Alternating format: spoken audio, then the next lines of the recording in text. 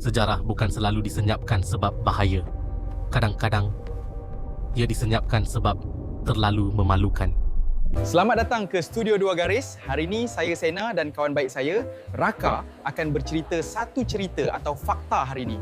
Saya tahu anda tak sabar untuk dengar cerita, jadi marilah saya bagi Raka untuk bercerita untuk anda semua. Dalam buku sejarah kita baca tentang kemenangan, tentang tokoh besar, tentang kemajuan manusia. Tapi ada satu bahagian yang jarang diceritakan. Bukan sebab ia kecil, tapi sebab ia terlalu memalukan. Keputusan kurang bijak, dasar yang kejam, eksperimen yang merosakkan manusia. Benda-benda yang dibuat bukan oleh orang jahat dalam cerita, tapi oleh manusia biasa dengan kuasa. Dan bila akibatnya terlalu teruk sejarah buat satu benda senyap, ia potong bahagian itu.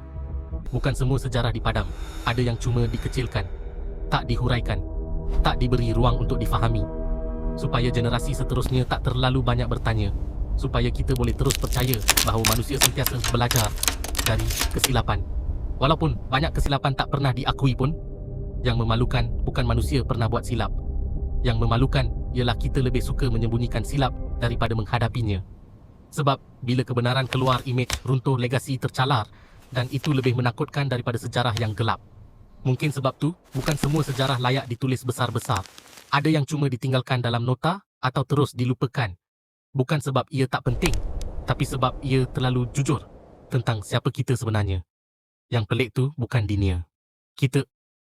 Dalam video tadi, kita dapat tambah satu ilmu untuk hari ini. Kalau korang rasa video tu bermanfaat, sila follow dan komen untuk konten yang seterusnya. Bye!